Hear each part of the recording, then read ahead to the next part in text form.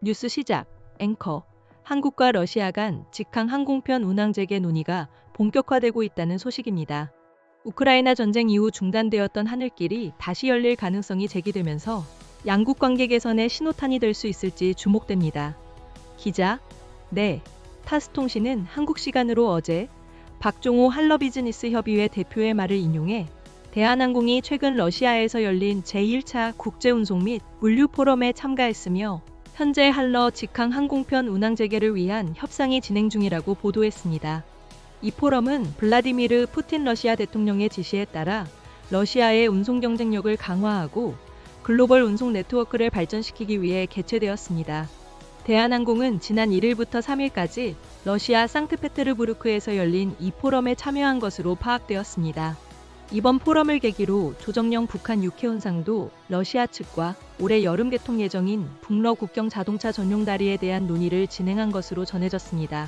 이는 지난해 30여 년 만에 재개된 평양 모스크바 직항 노선에 이은 북한과 러시아 간 교통망 확대 움직임으로 해석됩니다.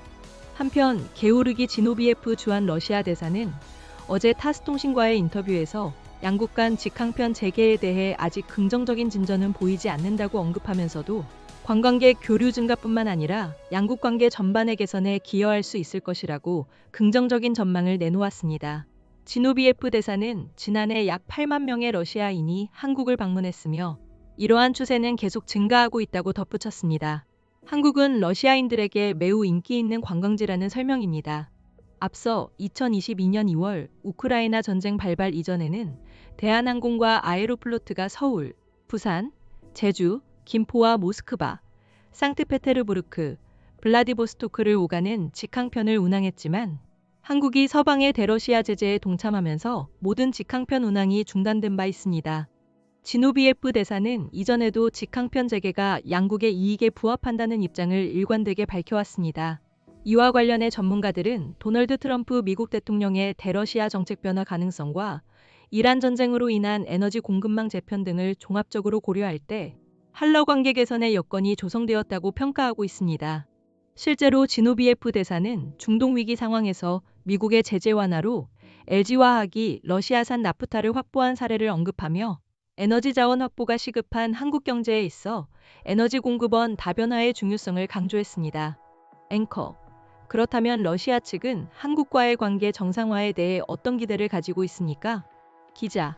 지노비에프 대사는 한국과의 관계 정상화 가능성을 높게 보고 있으며 다른 비우호국들보다 더욱 밝은 전망을 내놓았습니다.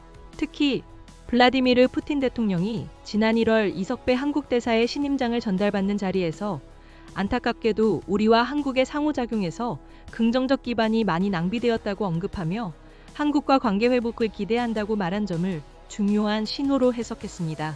지노비에프 대사는 한국이 집단 서방의 대러 제재에 동참해 수출 통제 조치를 도입한 점을 지적하면서도 현 정부가 추가적인 제재 도입은 자제하고 있다는 점을 긍정적으로 평가했습니다.